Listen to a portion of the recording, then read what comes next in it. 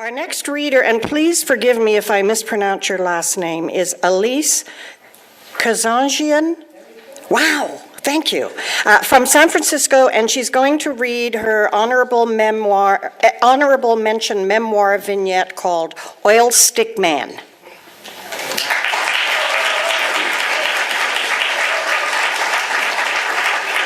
Thank you. In 1952, before I left for Beijing to work at CCTV, China's main television station, I would wake up at night from the same dream. I was a child again in China, roaming the crowded hutongs or alleys with my mother and our ama Wei Nai Nai, delighting the shopkeepers as a Caucasian child speaking Chinese. I ate street food again and savored the sweet taste of an oil stick, or youqiao, a long fried donut I first tasted more than 50 years earlier. When I arrived in Beijing on weekends, I rode my bike searching for the donuts. Amazingly, I found a youqiao man who reminded me of my childhood peddler, and I was transported back to 1941 when I was 6 years old. It was a blisteringly hot summer day, and everyone in my family was napping.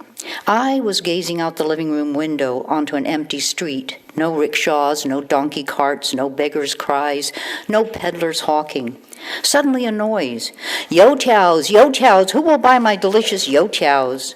Looking down, I saw an old man with a wrinkled face and long ears unloading an iron barrel filled with oil and placing it over a bed of coals in an iron bin. Stuffing paper scraps into the coals, he lit them. My curiosity overrode all parental warnings of leaving the apartment by myself, plus Wei Nai Nai's predictions that I would be kidnapped by Chinese gypsies and sold to the beggar king. I ran downstairs and went up to the peddler. I asked what were youqiaos and what was he doing. You wouldn't be interested, he said with a dismissive nod. Why not? Because you're a white ghost, and white ghosts don't eat this kind of food. He added reluctantly, even though you speak pretty good Chinese for a white ghost. I stared back. I only look white, but I'm actually Chinese. If I wasn't Chinese, how could I speak the language of the Middle Kingdom so well? A small crowd had assembled, and there was great discussion about my lineage. Maybe she's Chinese and only looks white. Maybe she was adopted by the ghosts and they painted her white. She has a big nose. Chinese people have small noses. Everybody checked out the length of their noses with mine.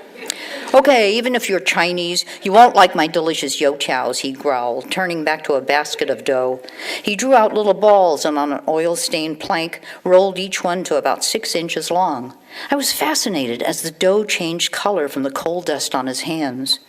Dropping the sticks into the hot oil, they sizzled, rose to the surface, glistening and bobbing.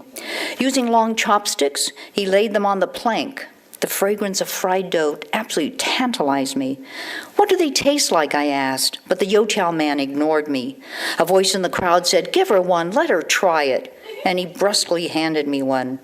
The youqiao burned my hand, but even the hot oil dribbling down my fingers didn't stop me, and I took my first bite. Crunchy on the outside, soft, airy, sweet on the inside, it easily slid down my throat. Still chewing, I turned to the crowd and said, this master really knows how to cook youqiaos. More than 50 years later in Beijing, I was thrilled to find youqiaos again. The modern peddler even had the same deeply lined face and the hanging rabbit ears. We hit it off immediately. Every Sunday that year, I biked to his oil barrel, filled with blacker than car grease oil. One Sunday, a group of Chinese women, who seemed my age in their late 50s, stood nearby. One whispered, why isn't she home with her grandchildren? Why is she riding a bike at her age? She probably has wind in her head like all foreigners. I answered in Chinese that I worked in Beijing, my family was in San Francisco, and riding a bike at any age was good exercise. The women giggled. Where did you learn Chinese? Are all Americans rich like you? Where are your sons, and why aren't they taking care of you? I learned Chinese as a child. I'm not rich. I have no sons, only daughters. They all clucked sympathetically and patted me on the arm. You eat youqiaos. Most foreigners don't eat anything off the streets, the group leader said with admiration. And I realized that despite the enormous changes during my years of exile, in a part of my heart I was Chinese, and I would forever embrace that connection. Perhaps those women sensed that as they welcomed me home to the past I yearned for. I would leave in a year, but I knew I would always carry China inside of me.